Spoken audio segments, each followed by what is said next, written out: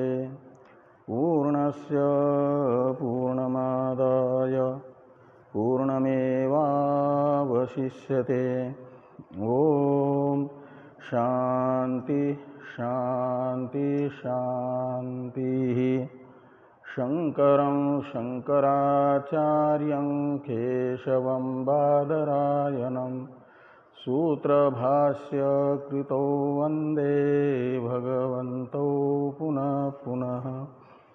ईश्वरो गुरुरात्मेति मूर्तिभेद विभागिने व्योमवद्व्याप्तदेहाय दक्षिणामूर्तये नमः।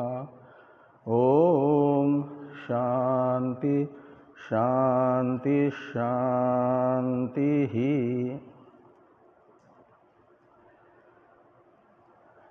ब्रह्म सूत्र के प्रथम अध्याय के चतुर्थ पाद का विचार प्रारंभ होना है। चतुर्थ पाद का प्रथम अधिकरण है अनुमानिक अधिकरण। ब्रह्म सूत्र ग्रंथ के संक्षिप्त परिचय में प्रारंभ में बताया गया था कि समन्वय अध्याय नामक प्रथम अध्याय के चतुर्थ पाद में जो उपनिषदों में प्रयुक्त संदिग्ध अर्थक पद हैं उन पर विचार हो रहा है, इसलिए पदार्थ विचार परक ये चतुर्थ पाद है। पूर्ववर्ती पादत्रय से वाक्य विचार हुआ है, इसलिए वो वाक्यार्थ विचारात्मक है। तो अनुमानिक अधिकरण का प्रथम उच्चारण कर लें, फिर इसके विषय संशय आदि देखते हैं। अनुमानिकमप्येकेषामिति चेत् न शरीर रूपक विन्यस्त गृहीतेर्दर्शयति च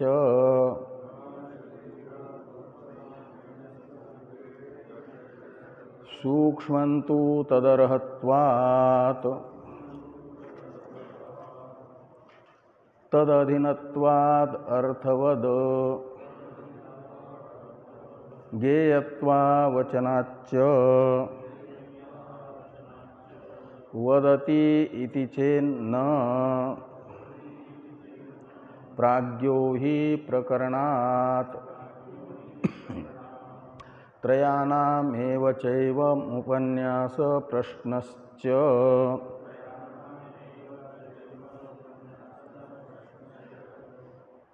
महद्वच्च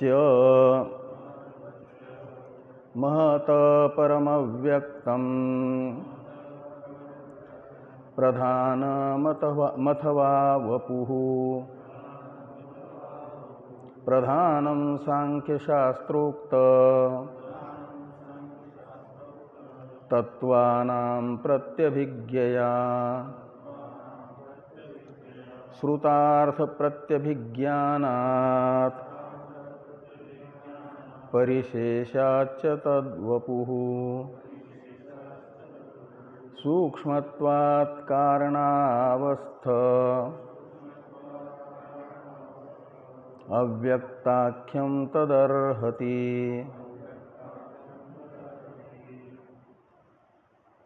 तो कठोपनिषद में एक बड़ा प्रसिद्ध वाक्य आता है, इंद्रियेभ्य पराह्यर्था अर्थेभ्यश्च परम मनः मनसस्तु परा बुद्धिर्बुद्धेरात्मा महान परः महत परमव्यक्तम अव्यक्तात् पुरुषः परः।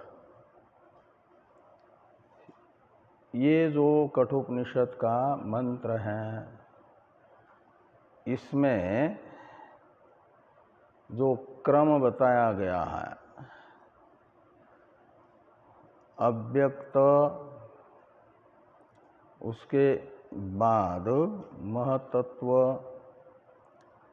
फिर बुद्धि, मन, इंद्रिया, अर्थ और इंद्रिया। पूर्व पक्षी कहते हैं यहाँ पर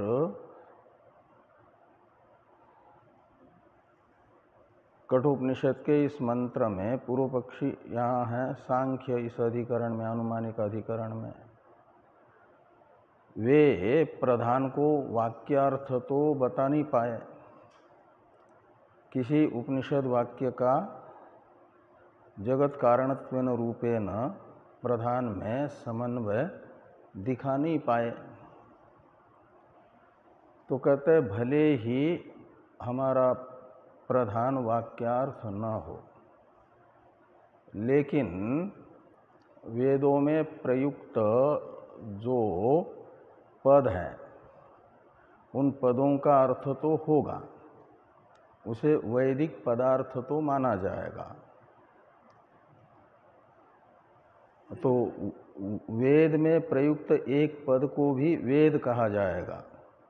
जैसे गीता में प्रयुक्त एक पद भी गीता है कि नहीं, ऐसे वेद में प्रयुक्त एक पद को भी वेद कहा जाएगा और उसके द्वारा जो अर्थ बताया जाएगा उसे वैदिक अर्थ माना जाएगा। तो अपने प्रधानादि तत्वों की वैदिकता की सिद्धि के लिए सांख्य ये कहते हैं कि यहाँ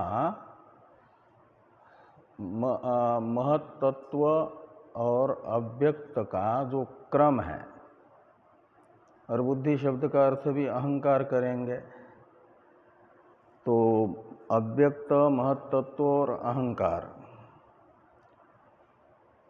ये हमारे यहाँ क्रम से तत्व हैं।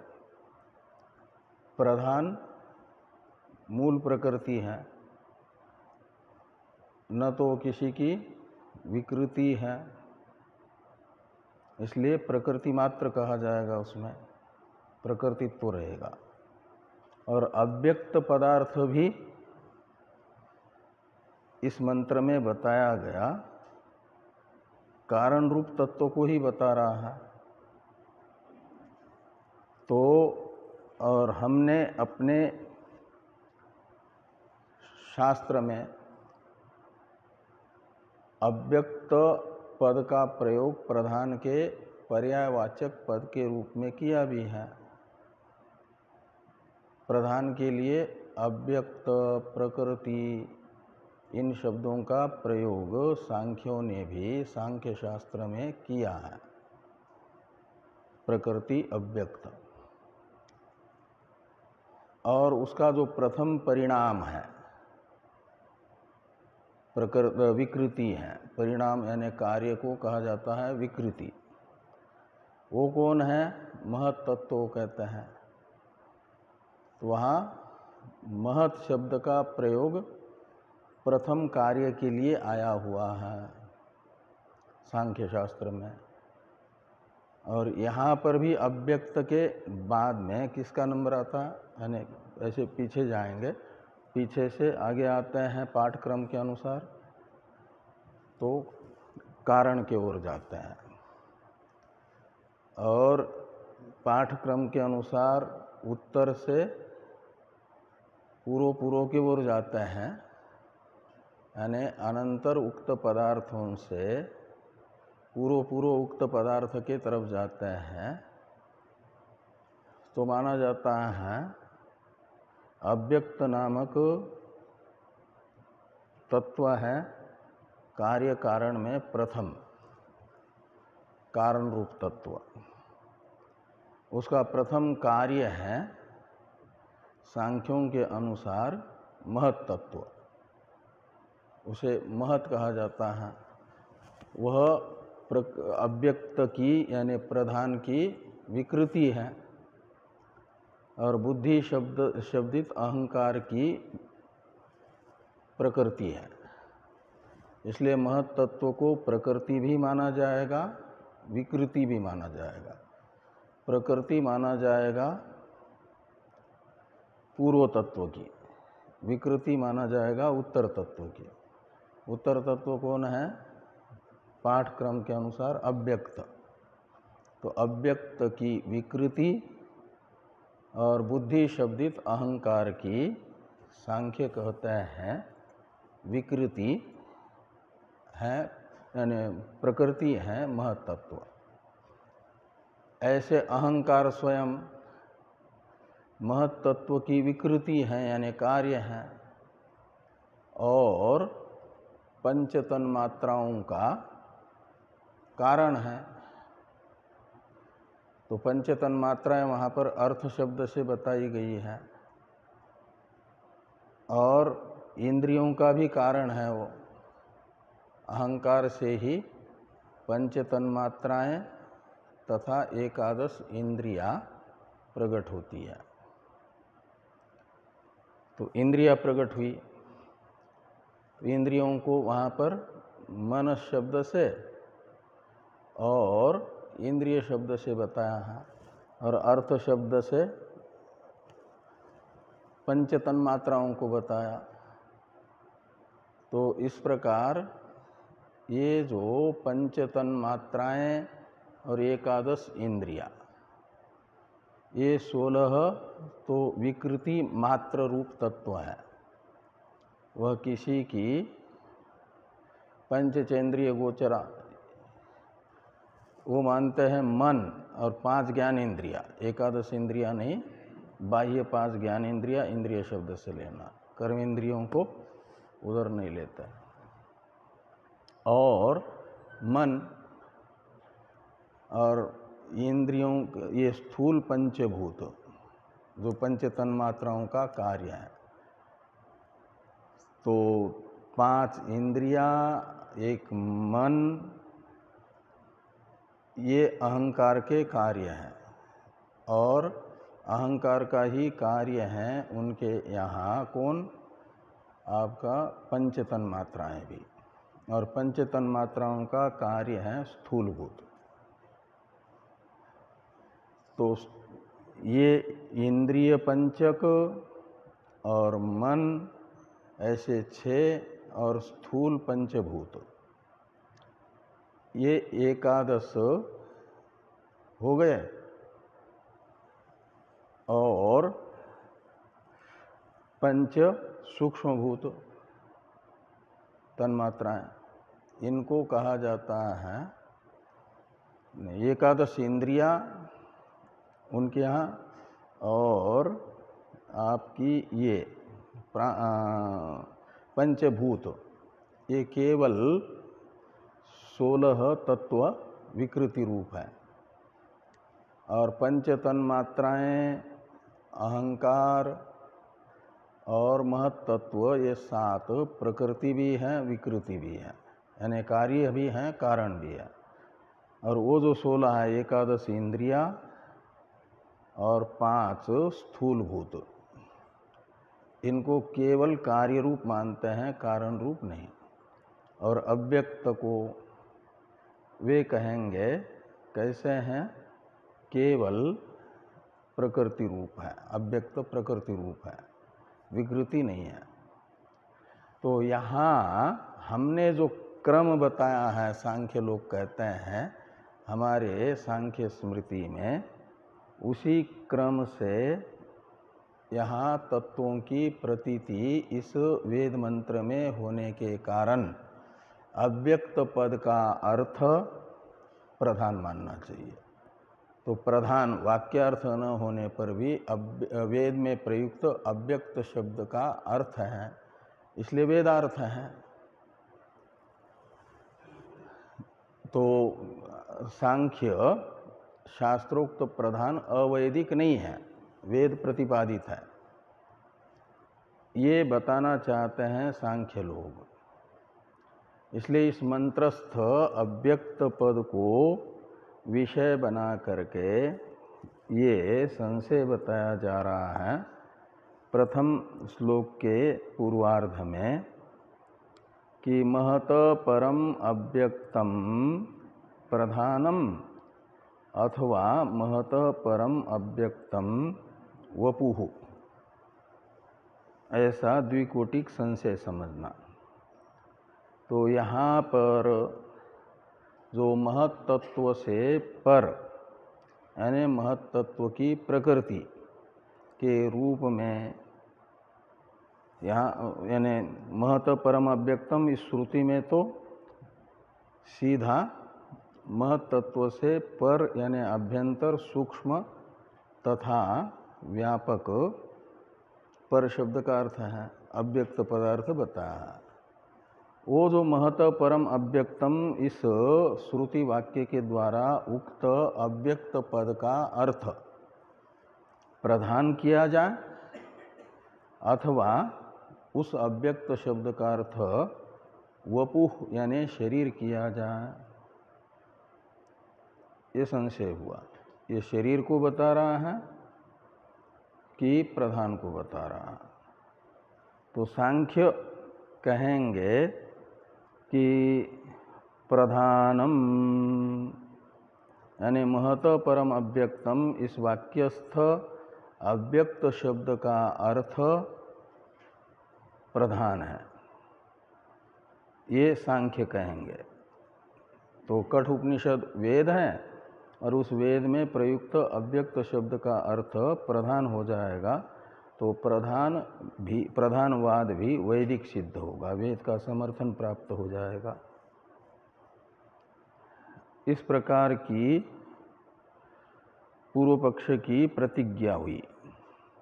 इस प्रतिज्ञा का निश्चय हेतु पूर्व पक्षी बताते हैं सांख्य शास्त्रोक्त तत्वानां प्रत्यभिज्ञया। सांख्य शास्त्र में उक्त जो तत्व है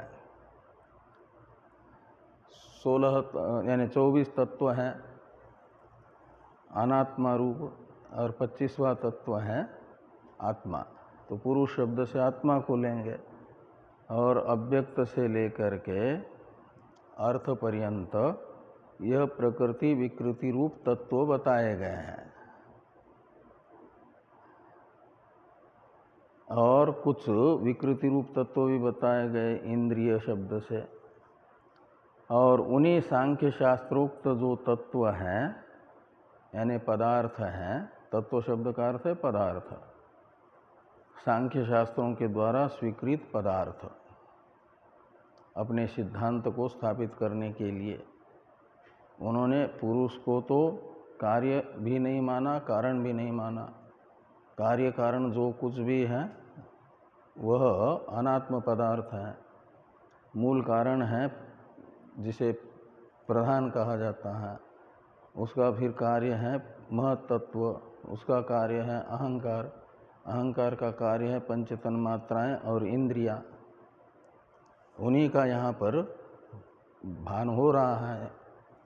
तो सांख्य शास्त्रोक्त तत्वों का यहाँ श्रुति में भी प्रत्यभिज्ञान होने के कारण मानना चाहिए कि प्रधान ही अव्यक्त पदार्थ है। इस प्रकार पूर्व पक्ष प्राप्त होने पर सिद्धांत बताया जा रहा है। सिद्धांति की प्रतिज्ञा है कि तद वपुहु, इसमें तत् ये सर्वनाम महत परम अव्यक्तम इस वाक्यस्थ अव्यक्त पद का परामर्शक है। तत् यानी अव्यक्त पदार्थ वपुहु है। वपु का मतलब शरीर। अव्यक्त शब्द शरीर को बता रहा है। क्यों? तो कहते हैं आपको सिद्धांती पूर्व पक्षी को यानी सांख्यों को कह रहे हैं आपको प्रत्यभिज्ञा हो रही है आपके शास्त्रोक्त तत्वों की इस मंत्र में। पुरुष, अव्यक्त, महत तत्व इत्यादि शब्द हमारे सांख्य शास्त्रोक्त पदार्थों के ही तरह है, उनका क्रम भी। ऐसी आपको प्रत्यभिज्ञा हो रही है, वो मानी जाएगी स्मार्त प्रत्यभिज्ञा। स्मृति उक्त पदार्थों की प्रत्यभिज्ञा।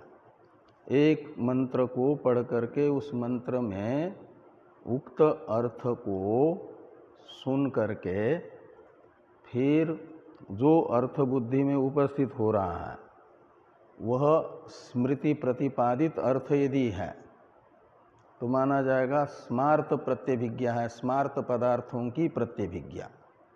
स्मृतियुक्त पदार्थों की प्रत्यभिज्ञा सांख्यों को हो रही है। और सिद्धांती कहते हैं हमें तो यहाँ महत परम अव्यक्तम इत्यादि मंत्र में प्रत्यभिज्ञा हो रही है वेदोक्त अर्थ की। वेदोक्त अर्थ यानी श्रौत अर्थ, श्रुति के द्वारा प्रतिपादित अर्थ, इसलिए वो हो गई श्रौत प्रत्यभिज्ञा। तो श्रुति प्रतिपादित अर्थ कौन सा यहाँ पर सिद्धांति को इस मंत्रस्थ इंद्रियभ्य पराह्यर्था इत्यादि पदों को सुन करके कौन से तत्वों का स्मरण हो रहा है या कौन से तत्व याद आ रहे हैं, माना जाएगा उनकी प्रतिभिज्ञा हो रही है। तो कहते हैं वहीं पर ये मंत्र आया है रथ रूपक की कल्पना करने वाला। आत्मानं रथिनं विद्धि शरीरं रथमेवतु बुद्धिं तु सारथिं विद्यात् मनः प्रग्रहमेव च इंद्रियाणि हयान्याहु विषयांस्तेषु गोचरान्।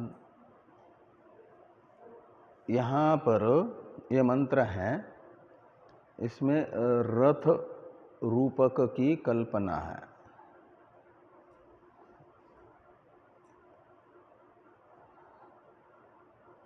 और ये जो रथ रूपक की कल्पना है उसमें रूपक के लिए कुछ पदार्थों को बताया गया है। आत्मा को शरीर, आत्मा यानी जीव, रथी के रूप में बताया गया, आत्मानं रथिनं विद्धि। और शरीरम रथमेवतु में ये जो शरीर है इसे रथ के रूप में बताया गया है। और रथी कहा जाता है रथ के स्वामी को, रथ जिसका है उसे रथी। तो जैसे महाभारत युद्ध में जो रथ था अर्जुन का था, इसलिए अर्जुन रथी है। और भगवान भी उस रथ पर बैठे हैं, लेकिन वे रथी नहीं कहलाएंगे, वे सारथी हैं। ऐसे इस शरीर रूपी रथ में जो आरूढ़ है अभिमान करता है कि ये मेरा है, मैं हूँ, मेरा है, ऐसा वो माना जाएगा रथी। भगवान का उस रथ में भगवान कृष्ण का अभिमान नहीं था, अर्जुन का था यह मेरा रथ है, भगवान मेरे सारथी हैं। ऐसे जीवात्मा अभिमान करता है शरीर रूपी रथ मेरा है, तो रथी है। और सारथी कौन है? तो बुद्धि। वहाँ भगवान कृष्ण सारथी है, यहाँ पर बुद्धि सारथी है। और सारथी के हाथ में घोड़ों के मुख में लगाया हुआ जो लगाम है उसका एक छोर होता है सारथी के हाथ में लगाम का, और उस लगाम के इशारे से घोड़े चलते हैं। तो लगाम कौन है? तो कहते हैं बुद्धि से संलग्न जो मन है, मन जिसका इशारा माने उसके हाथ में मन रूपी लगाम माना जाएगा ना। तो किसका इशारा मानता है? बुद्धि का। इसलिए बुद्धि है विवेक सारथी और मन है लगाम। और घोड़े कौन है? इस शरीर रूपी रथ को खींचने वाले, तो कहते हैं इंद्रियानि हयानि आहु। तो इंद्रिय हैं हय, हय कहते हैं घोड़ों को। और मार्ग कौन है? तो कहते विषयांस्तेषु गोचरान्, मार्ग हैं विषय। इस प्रकार ये रथ रूपक में कितने पदार्थ हैं? एक तो जीवात्मा, फिर शरीर, बुद्धि, मन, इंद्रिया और मार्ग है। मार्ग, ये 6 हो गए ना। रथ रूपक की कल्पना में 6 पदार्थ हो गए। सिद्धांती कहते हैं इन्हीं 6 पदार्थों की प्रत्यभिज्ञा यहाँ पर हो रही है, 6 में से 5 की। तो ये जो है आपका इंद्रियानि परान्य क्या नहीं, इंद्रियभ्य परा ही अर्था, इसमें घोड़े स्थानीय इंद्रिय शब्द से इंद्रियों को ही लीजिए, वहाँ भी इंद्रिय शब्द हैं, यहाँ भी इंद्रिय शब्द हैं घोड़ों के लिए। और अर्थ शब्द से लीजिए मार्ग को। और आपका जो है इंद्रियानि हयान्याहु विषयांश तेषु गोचरान, ये हुआ। और उससे पहले लगाम, तो लगाम को बताने के लिए मन है यहाँ पर। इंद्रिय अर्थेभ्यश्च परम मनः, इसे मन शब्द को मन शब्द का प्रयोग है लगाम के लिए। और बुद्धि के लिए यहाँ पर बुद्धि शब्द का ही प्रयोग है, सारथी। तो मनसः परा बुद्धि, यहाँ पर जो बुद्धि है वो इस मंत्र में विवेक सारथी है, सारथी कहा जाएगा बुद्धि को। और रथी कौन है? तो आत्मा। तो बुद्धेर आत्मा महान परः, तो इसमें जो महान आत्मा है वो है आपका रथी। महान आत्मा शब्द का अर्थ जीवात्मा, रथी। तो ये 5 पदार्थ हो गए ना।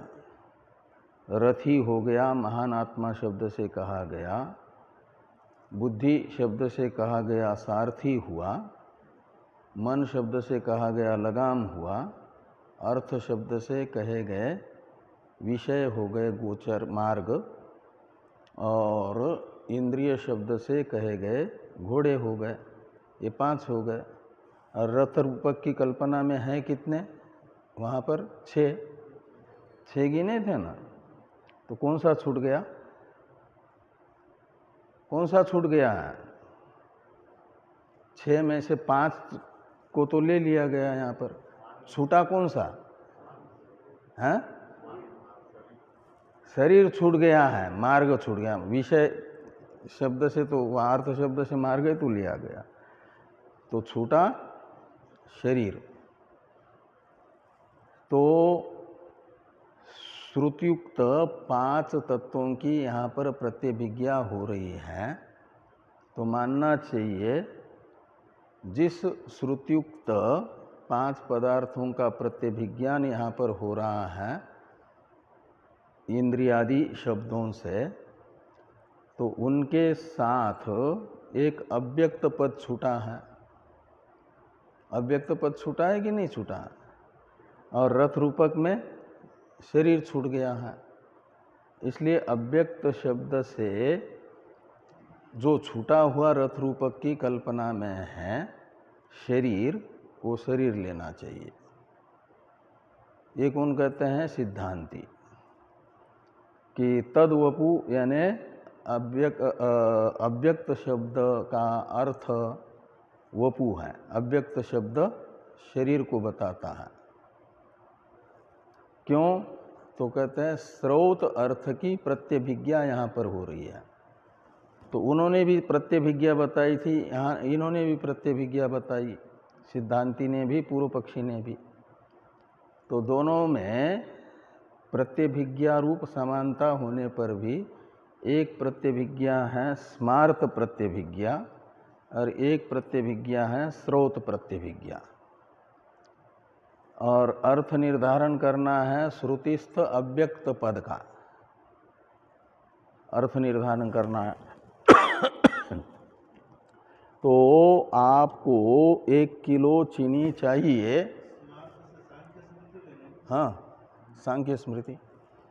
तो स्मार्त प्रत्यभिज्ञा उन्होंने प्रमाण के हेतु के रूप में बताई अपनी प्रतिज्ञा के निश्चायक, और सिद्धांतियों ने स्रोत प्रत्यभिज्ञा अपने प्रतिज्ञा के निश्चय के लिए बताई।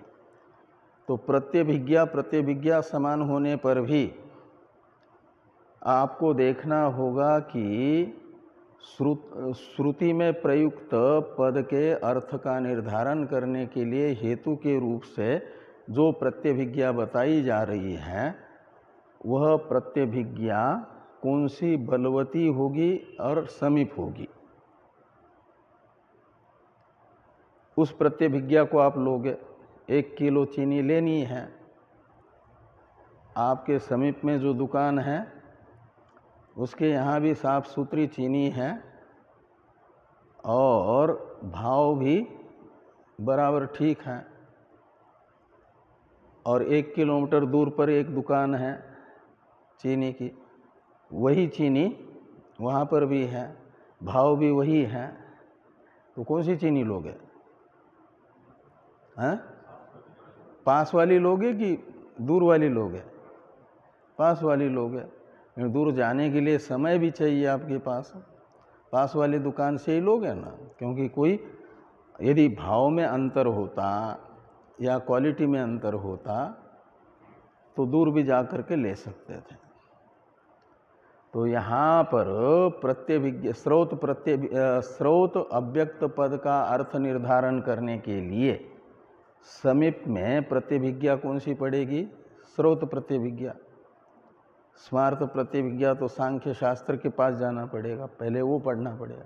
और यहाँ तो कठोपनिषद का अध्ययन कर रहे हैं, कठोपनिषद के पूर्व मंत्र में ही रथ रूपक की कल्पना आई है, उसके बाद ये आया है मंत्र। तो समीप में ही स्रोत पदार्थ विद्यमान है, उनकी प्रत्यभिज्ञा बुद्धि में प्रथम उपस्थित होगी,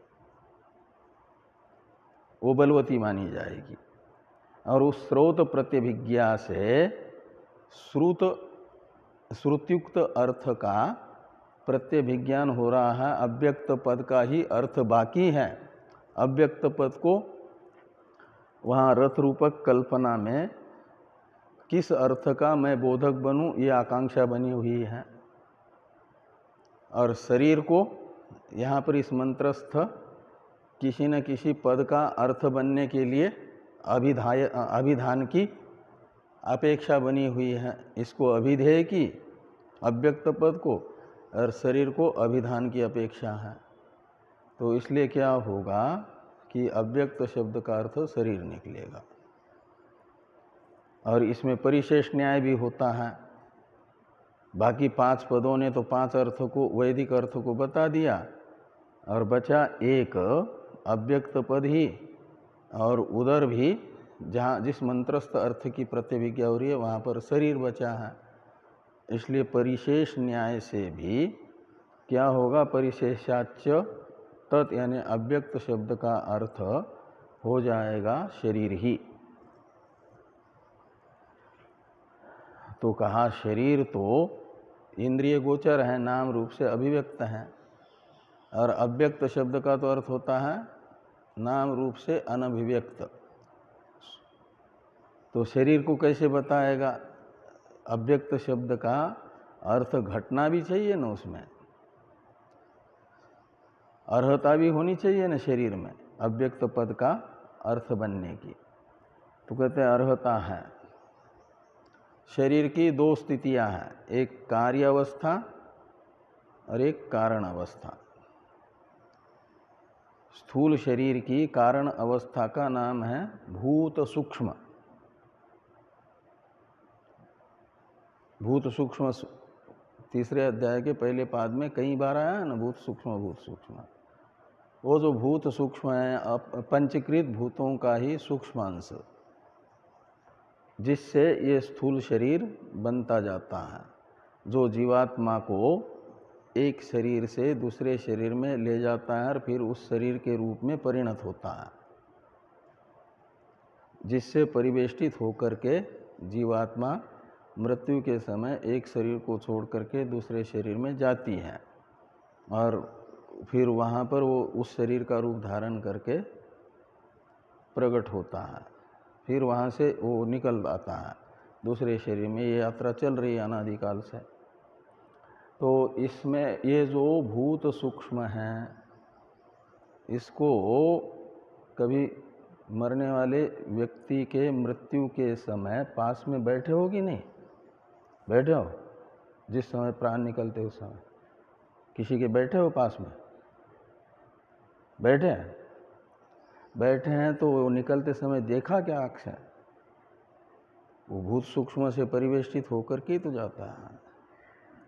एयरपोर्ट में यदि आप किसी को पहुंचाने के लिए जाते हो देहरादून, और फिर आप बाहर होने पर भी जैसे वो प्लेन उड़ता है तो आँख से दिखता है ना कुछ दूरी तक कि इसमें हमारे व्यक्ति बैठे हुए हैं। ऐसे वो जो भूत सूक्ष्म है जिसमें बैठ करके जीवात्मा जा रही है, उसको देखा है कि नहीं उस भूत सूक्ष्म को? तो वो भी इंद्रिय से अग्राह्य है, नाम रूप से अव्यक्त है। स्थूल शरीर की जो कार्य अवस्था है वह भले ही इंद्रिय ग्राह्य है, लेकिन कारण अवस्था इंद्रिय ग्राह्य नहीं है, और उस कारण अवस्थापन्न जो शरीर उसका वाचक अव्यक्त शब्द बनेगा। इस अभिप्राय से कहते हैं सूक्ष्मत्वात् कारणावस्थम तत् अव्यक्ताख्यम अर्हति, ऐसा अन्वय करना। तत् यानी वो शरीरम। सिद्धांती अव्यक्त शब्द का जिसे अर्थ बताना चाहते हैं वह ये तत् शब्द का अर्थ है। तो किसे बताना चाहते हैं अव्यक्त शब्द का अर्थ? सिद्धांती शरीर को। और उस शरीर की जो शरीर कारणावस्थापन्न जो शरीर यानी भूत सूक्ष्मात्मक जो शरीर, उस भूत सूक्ष्मात्मक शरीर को अव्यक्त इस नाम से कहा जा सकता है। अव्यक्त यह इस नाम से उसका व्यवहार हो सकता है। तो अव्यक्तम आख्या यस्य तत् अव्यक्ताख्यम, तो अव्यक्त इस आख्या के योग्य बनेगा। आख्या कहते हैं नाम को, यानी अव्यक्त पद का अर्थ भी कारणावस्थापन्न शरीर बनेगा, भूत सूक्ष्मावस्थापन्न शरीर बनेगा। क्यों? कहते सूक्ष्मत्वात्, क्योंकि वो भी नाम रूप से अनभिव्यक्त अवस्था है। यदि नाम रूप से अभिव्यक्त होता तो हमको दिखता, नहीं दिखता है।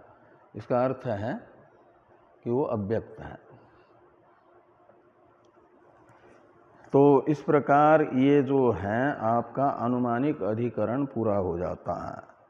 द्वितीय अधिकरण का नाम है चमसाधिकरण। चमसाधिकरण का उच्चारण कर लें।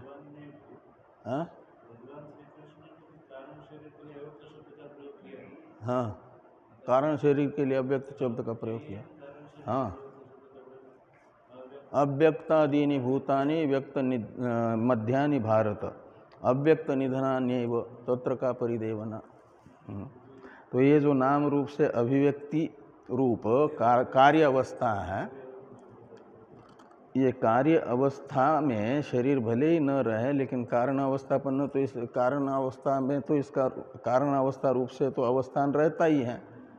इसलिए इसके विषय में परिदेवना यानी शोक करने की आवश्यकता नहीं है। ये अव्यक्त शब्द का प्रयोग कारण अवस्थापन्न शरीर के लिए गीता में भी आया है।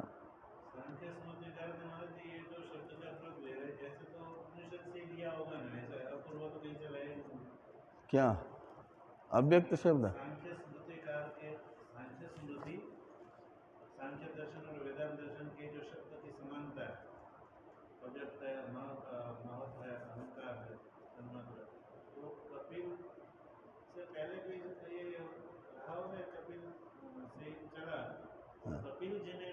हाँ श्रुति तो अनादि है, हाँ। तो उसे से ग्रहण किया होगा अपने दर्शन के लिए। लेकिन श्रुति जैसा अव्यक्त पदार्थ बताती है, ऐसा अव्यक्त पदार्थ का स्वरूप मानते यदि वे, नहीं वो नहीं कह रहा हूँ, मैं ये कह रहा हूँ कि हाँ, तो पद भले ही, मानता है ना दोनों दर्शन में, हाँ वेदांत दर्शन, सांख्य दर्शन में हाँ शब्दों की समानता है, हाँ तो वो सांख्य दर्शन का जो महर्षि कपिल है, हाँ उन्होंने जब भी ये दर्शन का प्रणयन किया होगा, हाँ।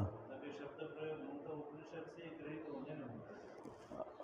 उपनिषद से भी कहा जा सकता है और ये भी कहा जा सकता है कि उपनिषद से लिए, लेकिन उपनिषद ने जैसा उनका स्वरूप बताया वैसा स्वरूप न मान करके उनका अर्थ, शब्द तो उपनिषद के लिए, लेकिन अर्थ अपने अनुसार निकाला। तो अपने अनुसार निकाल करके क्या किया, अव्यक्त की स्वतंत्र सत्ता मानी। यदि वो अव्यक्त यानी प्रधान को स्वतंत्र सत्ताक न माने तो वेदांत के अव्याकृत में, अव्यक्त पदार्थ में और प्रधान में सांख्यों के कोई अंतर नहीं है। हाँ हाँ। तो अर्थ में स्वतंत्र सत्ता जो दी मानी है आत्मा की तरह ही, आत्मसत्ता निरपेक्ष स्वतंत्र सत्ता, ये उनकी गलती है और उसे वो स्वतंत्र सत्ता, अव्यक्त शब्द का अर्थ स्वतंत्र सत्ता प्रधान मानना चाहते हैं।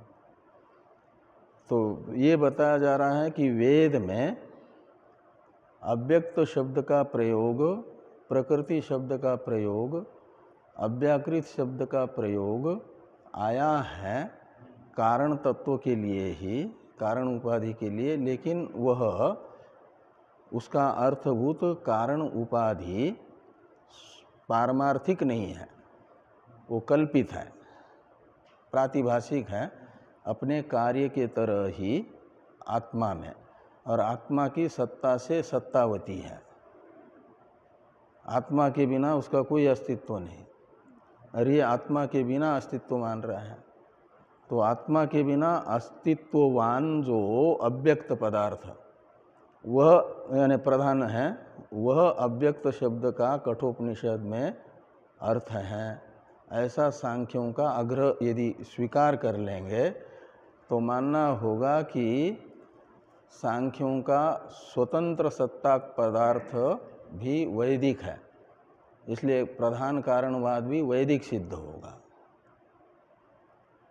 ये सिद्ध नहीं करना है, तब तो फिर ब्रह्म ही जगत का कारण है, ये सिद्ध नहीं होगा ना। हाँ, जड़ हैं और अपना भी कारण जो प्रकृति है, अव्यक्त पदार्थ है, जड़ ही है, लेकिन कल्पित है।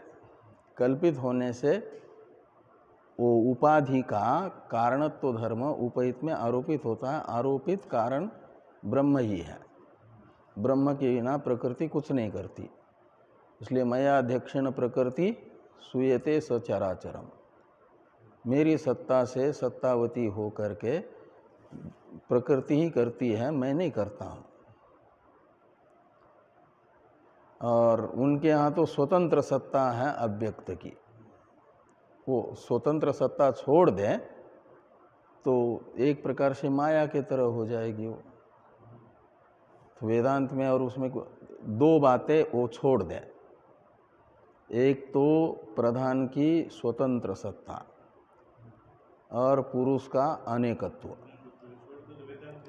तो वेदांत और वो बिल्कुल एक जैसे हैं, क्योंकि पुरुष को असंग मानते हैं, निर्विकार मानते हैं, चेतन मानते हैं तो वेदांत भी ऐसा ही मानता है, लेकिन और निरवय भी मानते हैं।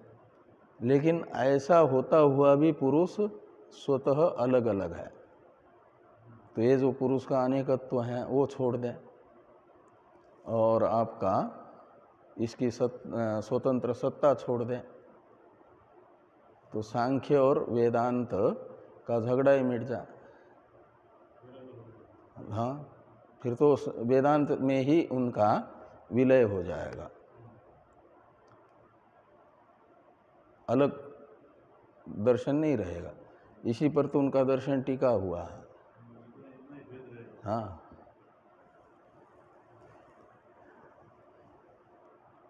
तो द्वितीय अधिकरण का उच्चारण कर लें। चमसाधिकरण नाम है इसका। चमसवद अविशेषात् कल्पनोपदेशाच्च मध्वादिवद अविरोध।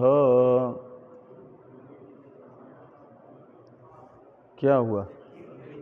अच्छा, बीच में एक रह गया। ज्योतिषी रूपक्रमातु ज्योति रूपक्रमातु तथा यदीयत एके कल्पनोपदेशाच्च मध्वादि वद अविरोध। अजायि सांख्य प्रकृति तेजो अन्नात्मिकाथवा रज आदौ लोहितादि लक्षेशो सांख्य शास्त्रगा लोहितादि प्रत्यभिज्ञा तेजोवन्नादिलक्षणाम् प्रकृतिं गमयेत् श्रौतिम् अजाक्लिप्तिर्मधुत्ववत्। तो कहते हैं सांख्य कह रहे हैं भले ही स्वतंत्र सत्ताक प्रधान कठोपनिषद में प्रयुक्त अव्यक्त शब्द का अर्थ नहीं हुआ, लेकिन हम हार मानने वाले नहीं हैं। कहते कठोपनिषद से अब चलो श्वेताश्वेतर उपनिषद में, और वहाँ पर हमने प्रधान का जैसा स्वरूप माना है ऐसा ही प्रधान का स्वरूप मान करके एक मंत्र में वर्णन हुआ है हमारे प्रधान का। इसलिए श्वेताश्वेतर उपनिषद में आया हुआ मंत्र में जो अजा शब्द है उसका अर्थ होगा प्रधान। तो एक मंत्र है श्वेताश्वेतर उपनिषद में, अजामेकाम लोहित शुक्ल कृष्णाम बभ्य प्रजा सृजमानाम स्वरूपा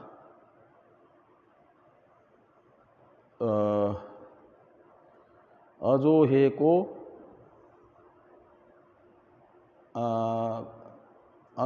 क्या वो तो ये हुआ। तो ये उत्तरार्ध में मंत्र है, दो पुरुष बताए हैं। एक अज जो है अनुशेते एताम, ये जो प्रकृति है इसका भोग करता है एक अज, अजा का। और त्यजत्ये नाम भुक्त भोगाम अजोन्य, ऐसा उत्तरार्ध आता है। का मतलब इसका अर्थ है कि एक अजा है। अजा का मतलब रूढ़ पद है ये बकरी में, बकरा नहीं बकरी, और अज यानी बकरा और अजा यानी बकरी। तो अजाम एकाम लोहित शुक्ल कृष्णाम, तो लोहित शुक्ल कृष्ण रूप वाली, यानी लाल काला और सफ़ेद उसके त्वचा का कलर है। यानी त्वचा पे जो रोम होते हैं ना, उसमें से कुछ बाल लाल हैं, कुछ काले हैं और कुछ सफ़ेद है। का मतलब चितकबरी उसे कहा जाता है हिंदी में। चितकबरी बकरी है अजा। और वो कैसी है? तो कहते हैं बभी प्रजा, लोहित तो शुक्ल कृष्णा हुआ, फिर बभी प्रजा सृजमानाम स्वरूपा, तो अनेक बच्चों को उत्पन्न कर रही है। एक बार में कई कई बच्चे देती है, ऐसे कई बार ब्याहती है, और वो अपने जैसे ही बच्चों को जन्म देती है। उस बकरी का उपभोग करता है एक बकरा, और दूसरा बकरा इसका उपभोग करके इसमें विद्यमान जो दोष है उस दोष दर्शन से इसका त्याग कर देता है, इससे विरक्त हो जाता है। ऐसा इस मंत्र का अर्थ है। तो इसमें बकरी बताई गई, चितकबरी, तो ये एक रूपक है। रूपक के माध्यम से सांख्य कहते हैं हमारे अव्यक्त का कहो या मूल प्रकृति का कहो, अव्यक्त और प्रधान, अव्यक्त प्रकृति उनका पर्यायवाचक शब्द है। तो हमारी प्रकृति का वर्णन हो रहा है कि हमारी प्रकृति रूपक के माध्यम से बताई वो बकरी के तरह है। बकरी कैसी? तो लाल, काले और सफ़ेद रूप वाली है। तो वो ये जो सत्व, रज, तम तीन गुण हैं हमारे, सत्व को माना जाता है सफ़ेद गुण वाला, रजोगुण को माना जाता है लाल रूप वाला, और काला माना जाता है तमोगुण का। तो एक प्रकार से लोहित शुक्ल कृष्ण रूपा है का मतलब त्रिगुणात्मिका है, अजा गुणत्रयात्मिका है। और वो कैसी हैं गुणत्रयात्मिका अजा? तो आगे कहते हैं कि बहुभी सृजा सृज्यमानां स्वरूपां, तो प्रजा यानी कार्य। तो हमारी की जो प्रकृति है महत्त्वादि अनेकों कार्य का निष्पादन करती है ना, इसलिए माना जाएगा कि महत्त्वादि अनेकों संसार अंतःपाती कार्य रूपी प्रजा को निष्पन्न कर रही है, उत्पन्न कर रही है। यही मूल क्या ना प्रधान का ही तो सारा जगत परिणाम है। और दो अज हैं का मतलब आत्माएं, तो अज शब्द यहाँ आत्मा के लिए है, अजा प्रकृति के लिए हुआ। तो आत्मा जो है कुछ करता धरता तो है नहीं सांख्यों का, लेकिन क्या करता है? करती हैं सारे जगत को उत्पन्न ये प्रकृति, और प्रकृति के द्वारा प्राप्त कराए जाते हैं अनुकूल प्रतिकूल विषय, और उनका अनुभव मात्र रूप भोग ये पुरुष करता है। वो भोगता है, करता नहीं है, भोगता है सांख्यों का पुरुष। तो एक अज जो है अविवेकी आत्मा, आत्माओं के दो प्रकार है ना, विवेकी अविवेकी। तो अविवेकी आत्मा जितने हैं मूढ़, प्रकृति का परिणाम रूप कार्यक्रम संघात में तादात्म्य अभिमान करके अपने आप को प्रकृति रूप समझ करके कार्यक्रम संघात के अनुकूल विषयों के भोग में लगे रहते हैं। वो हैं भोक्ता रूप अज। और एक अज है मुक्तात्मा, विवेकी आत्मा। उनके यहाँ प्रकृति पुरुष का विवेक करने मात्र से ही प्रकृति फिर अलग हो जाती है पुरुष से। प्रकृति का पुरुष से अलग होकर के रहना, पुरुष का अपने प्रकृति से अलग होकर के रहना, यही मोक्ष है। वहाँ कोई प्रकृति का बाध, सकारण प्रकृति का बाध नहीं होगा जगत का। अपने जैसा है ऐसा जगत रहेगा, लेकिन एक प्रकार से जैसे दो पति पत्नी साथ साथ रहते हैं, लेकिन कुछ दिनों बाद यदि उनका तलाक हो जाता है तो फिर अपने अपने व्यवस्था के अनुसार अलग अलग स्थान पर रहते, एक दूसरे से न मिलना न आना जाना एक दूसरे के आवास पर, ये होता है ना। ऐसे प्रकृति पुरुष का विवेक हुआ तो मुक्तात्मा का एक प्रकार से प्रकृति के साथ तलाक हो गया।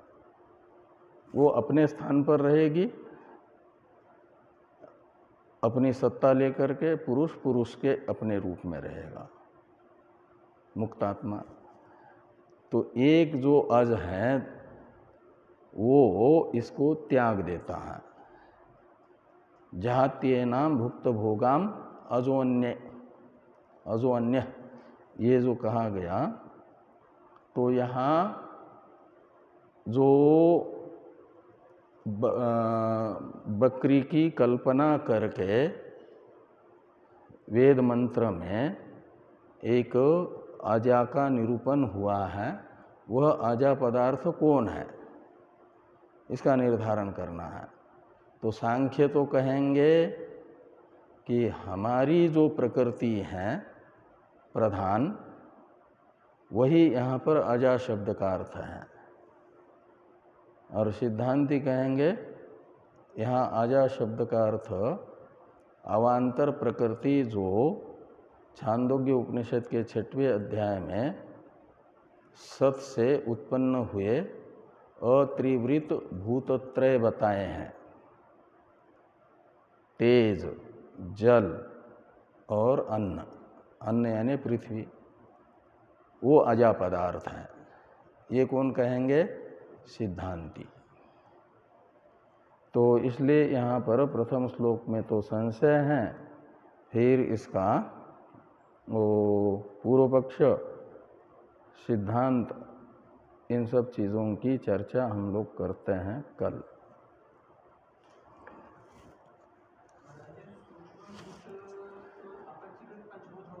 हाँ, पंचकृत पंचभूतों का सूक्ष्मांश, ऐसा सूक्ष्मांश जो इंद्रिय ग्राह्य नहीं है, स्थूल शरीर का कारण है। ओम पूर्णमदः पूर्णमिदं पूर्णात् पूर्णमुदच्यते पूर्णस्य पूर्णमादाय पूर्णमेवावशिष्यते। ओम शांति शांति शांति। शंकरं शंकराचार्यं केशवं बादरायणं सूत्रभाष्य कृतो वंदे भगवन्तौ पुनः पुनः। ईश्वरो गुरुरात्मेति मूर्तिभेद विभागिने व्योमवद्व्याप्तदेहाय दक्षिणामूर्तये नमः। ओम शांति शांति शांति।